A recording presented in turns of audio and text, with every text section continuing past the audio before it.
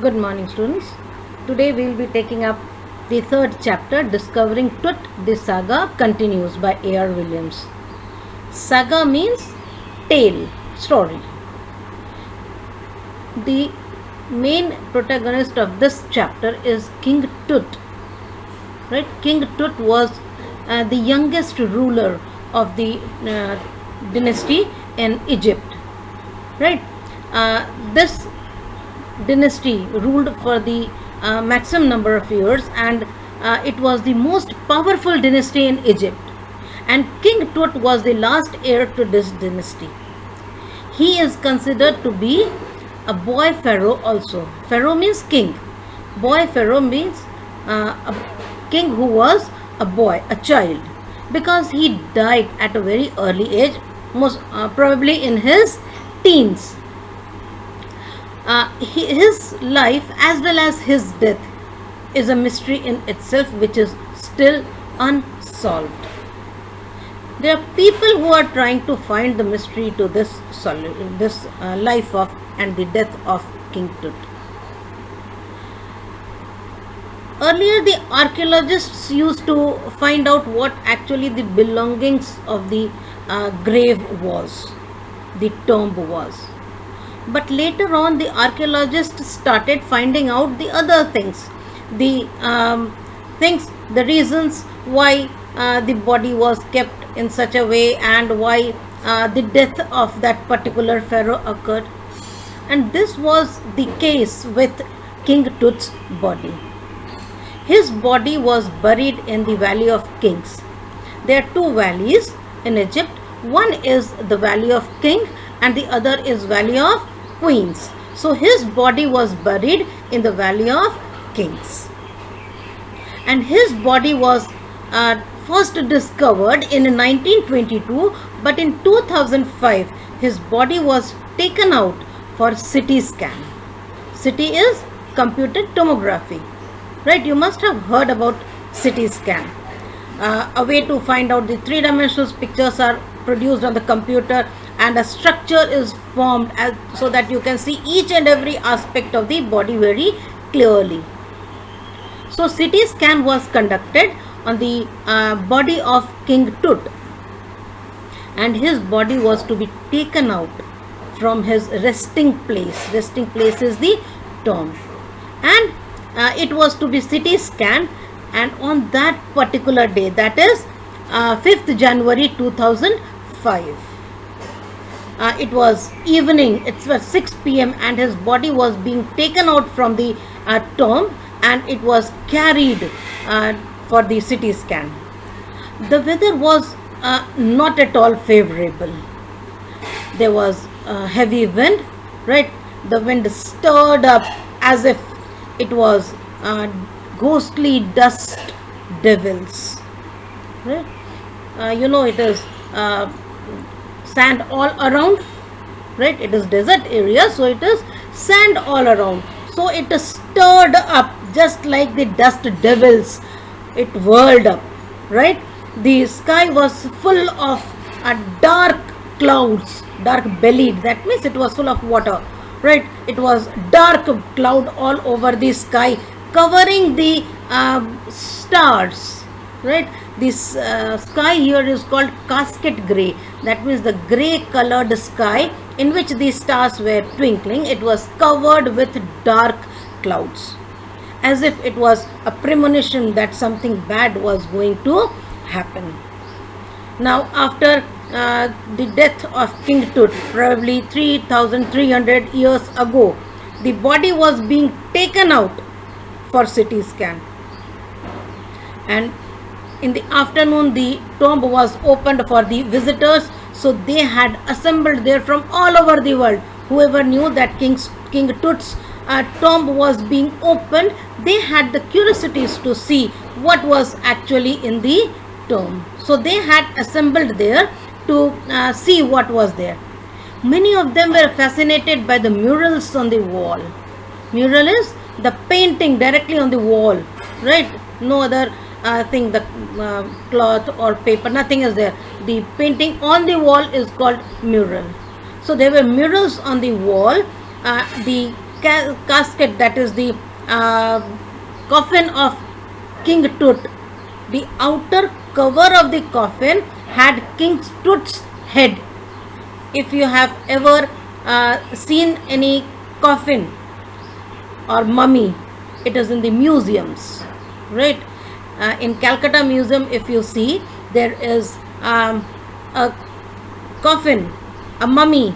On the top of the coffin, there is the head and the body. It is sculpted as if a person is there. So it is the head of the King Tut was sculpted on the top of the coffin. So they were busy seeing that. Then some of them were busy seeing the writings on the wall and reading the guidebooks, and they were busy. The guidebooks were there and they were reading it, and some of them were whispering and guessing that the Pharaoh's curse, the king's curse, is it real? The king's curse was death or misfortune falling upon those who disturb him. That means anyone who disturb the king.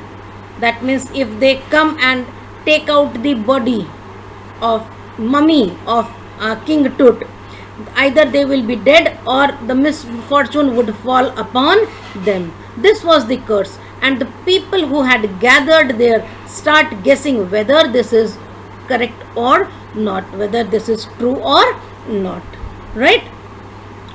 And the weather, it justified that the king's curse is, maybe it's true, because the weather was not at all favorable.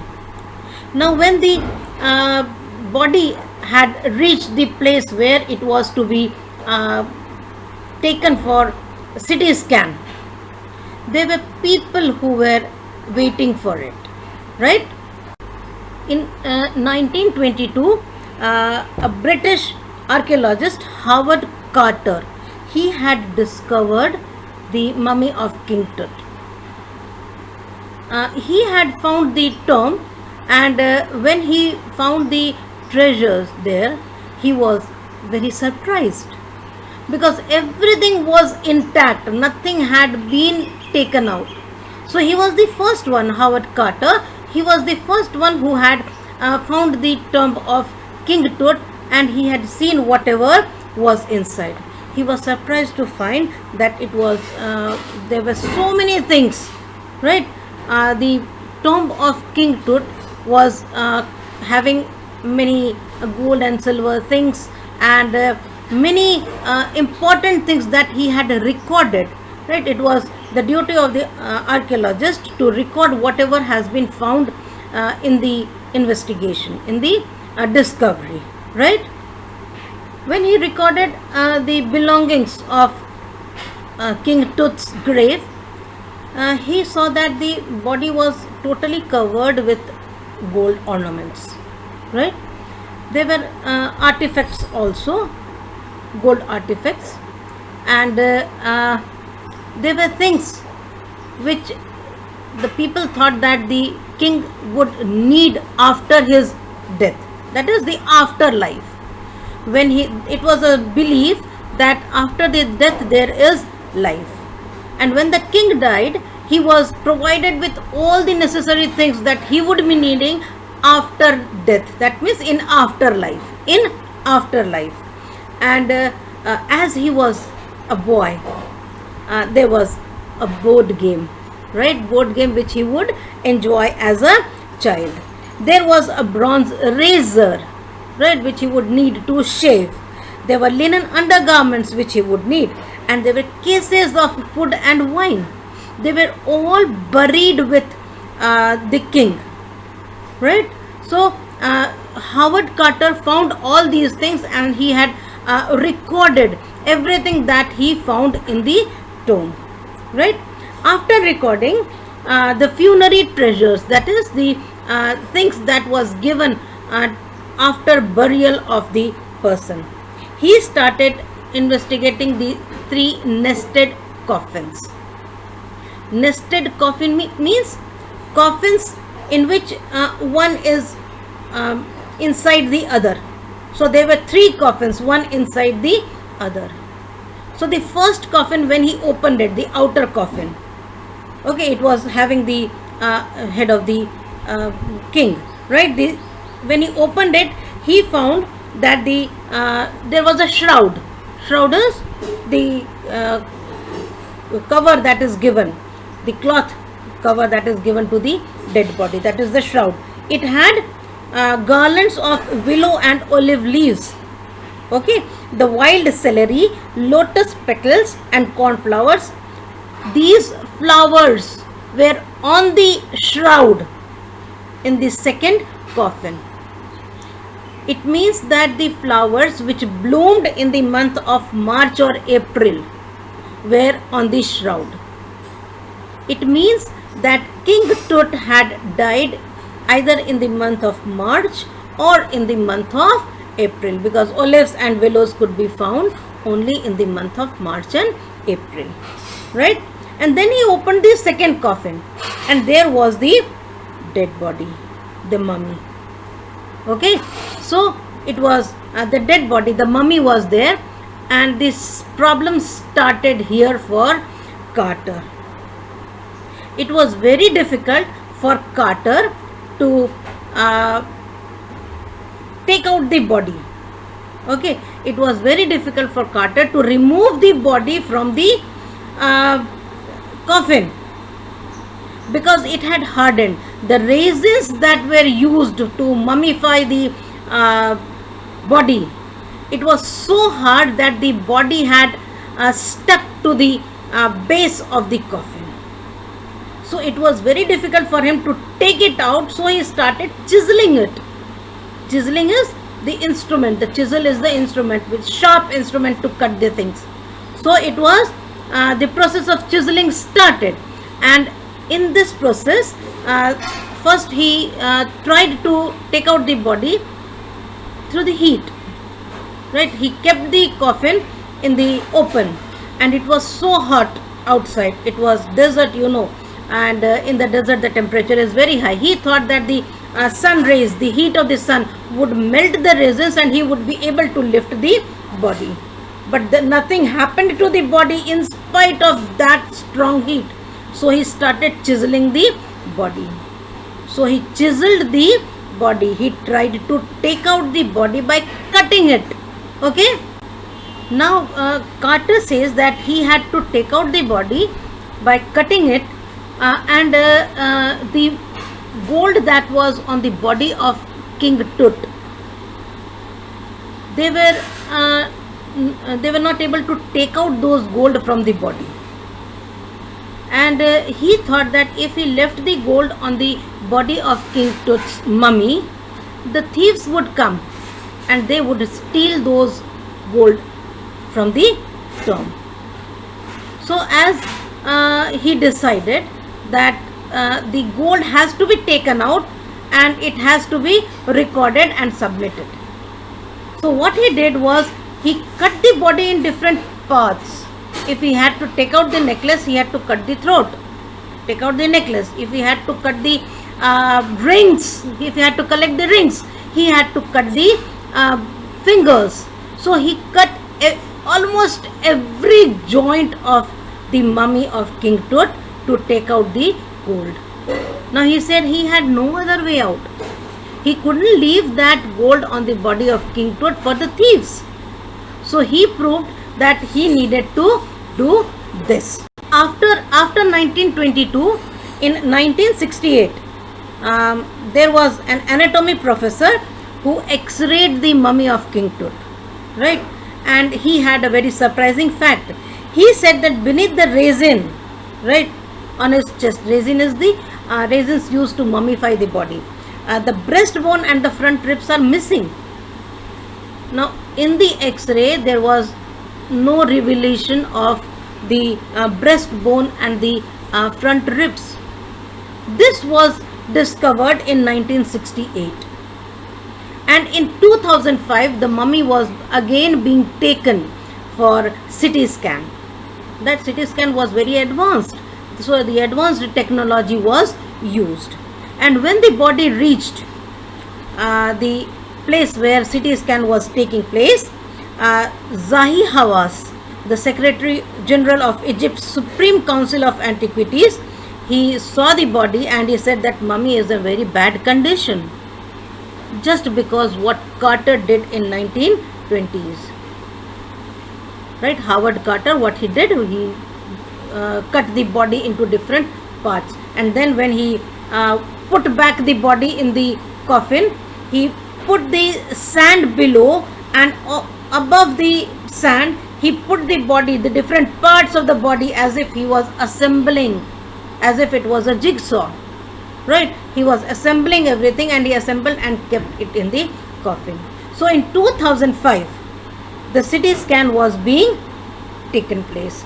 Right, so this was something very advanced which was being done on the body of King Tut. By CT scan they wanted to find out what actually was the age, how old he was when he died, and how did he die. This was to be found by the CT scan.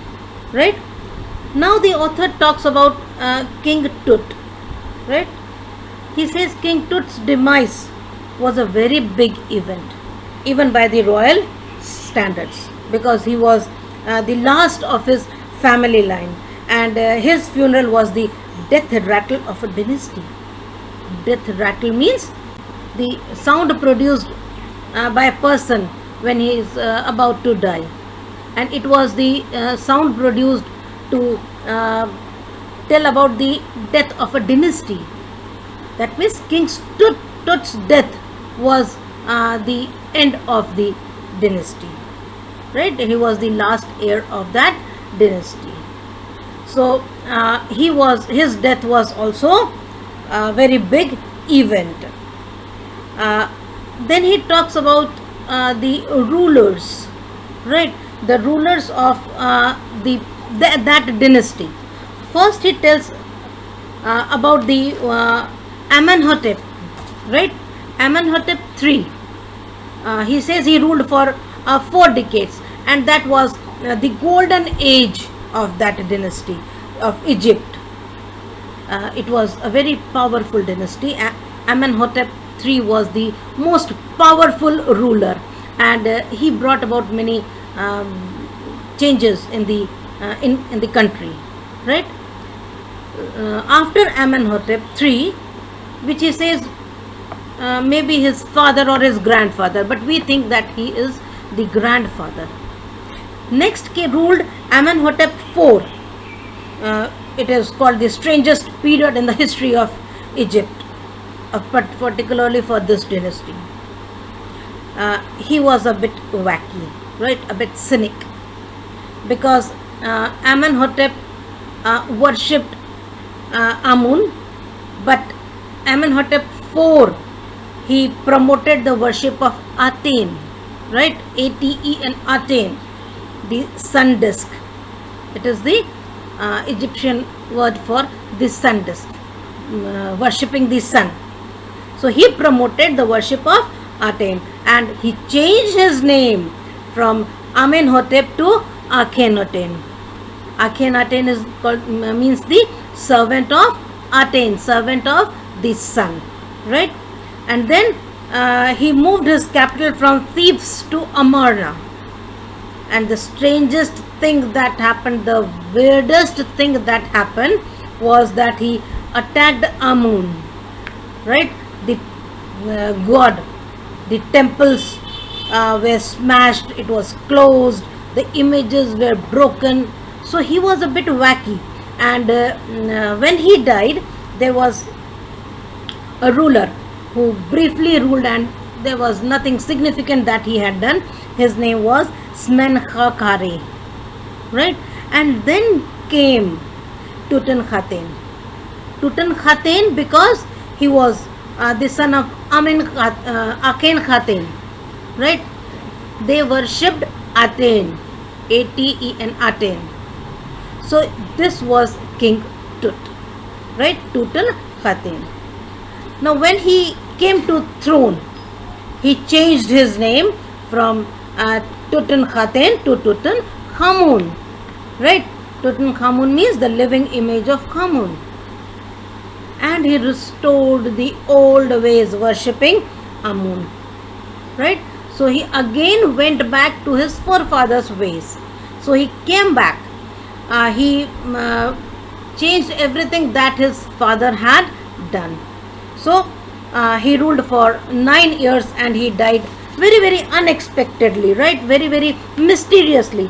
It is also thought that he might have been murdered, right? So this is the dynasty which ruled the country, Egypt, right? Now, let us come back to the CT scan, right? Tutankhamun is one of the almost 600 mummies that have been found in 2003. Now you can imagine how many more have been found. So here is one line which the author says that King Tut was one of the first mummies to be scanned, in death as in life, moving regally ahead of his countrymen. Right? That means in his life also he had done so many things which was glorified. Right? And in death also he is being glorified because he is the first mummy to be CT scanned. So he was the first in his life and he is the first in his death. So he is the first mummy to be CT scanned. Now the CT scan in which the mummy went head first, right? You must have seen the CT scan being done. The head goes and then the rest of the body follows. Now there were 1700 digital X-ray images in cross sections. Now, even to the minutest detail of 0.62 millimeter slices were scanned. It was registered, right? And the strange details were created on the computer. Now there were so many specialists who had assembled there to see the CT scan. The radiologist was there, people from the forensic science and anatomy, they all began to search the secrets, right? They all wanted to find out what actually happened with King Tut and what was the reason for the death of King Tut. Okay, so they had all come there. When the body was being taken to the CT scan center, which was on the top where the CT scan machine was kept, he says that the pallbearers are the people who carry the coffin. Like pallbearers, the people took the coffin from the grave to the place where CT scan was to be done. It was over a ramp, so they climbed the ramp, right? And then the hydraulic lift was there where the trailer where the scanner was. Now after 20 minutes, two people came and they said that the scanner had stopped working because the sand had entered the cooler fan, right? The scanner was not working, but the two people went and they brought the other spare cooler fans which was kept, and they again started scanning the body. Now here the author says that people started thinking the curse of the pharaoh had come true. There was a guard who nervously said this because the scanner had stopped working. It was difficult for people to continue the scanning, but eventually the substitute fans which were brought, they worked well, and the procedure was finished, right? And they checked everything, no data was lost.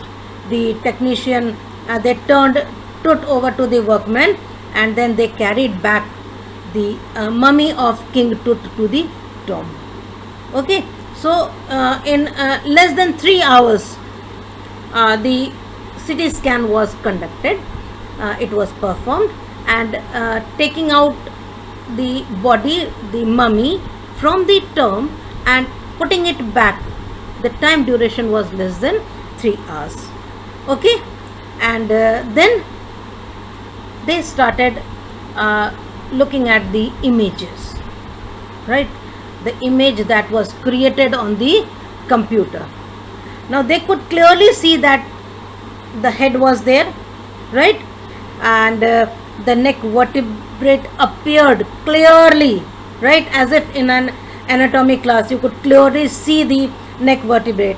And then there was hands, there was rib cage, and the transection of the skull, right?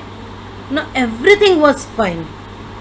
Now the person there, the Zahi Hawass, the Secretary General of Egypt's Supreme Council of Antiquities, he smiled and he said that nothing had gone wrong, right?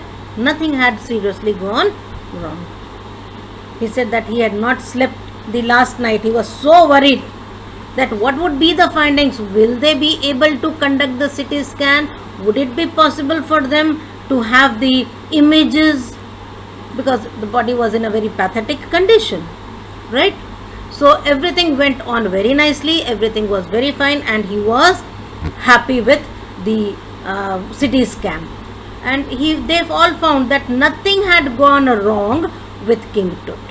His body was totally intact. The head, the vertebrate, the rib cage, everything was as if in an anatomy class you are seeing it, of a person, of a live person, right? All the people from the CT scan, from the place where CT scan was being taken, they all came down and they saw that the weather had improved. The wind had stopped, right? There was winter air. It was very, very cool, right? Now above the entrance of King Tut's tomb stood Orion. Orion is a constellation. You must have studied about the Orion constellation. It is the constellation which the ancient Egyptians think or believe that it is the soul of Osiris. Osiris is the god of afterlife, right? So the constellation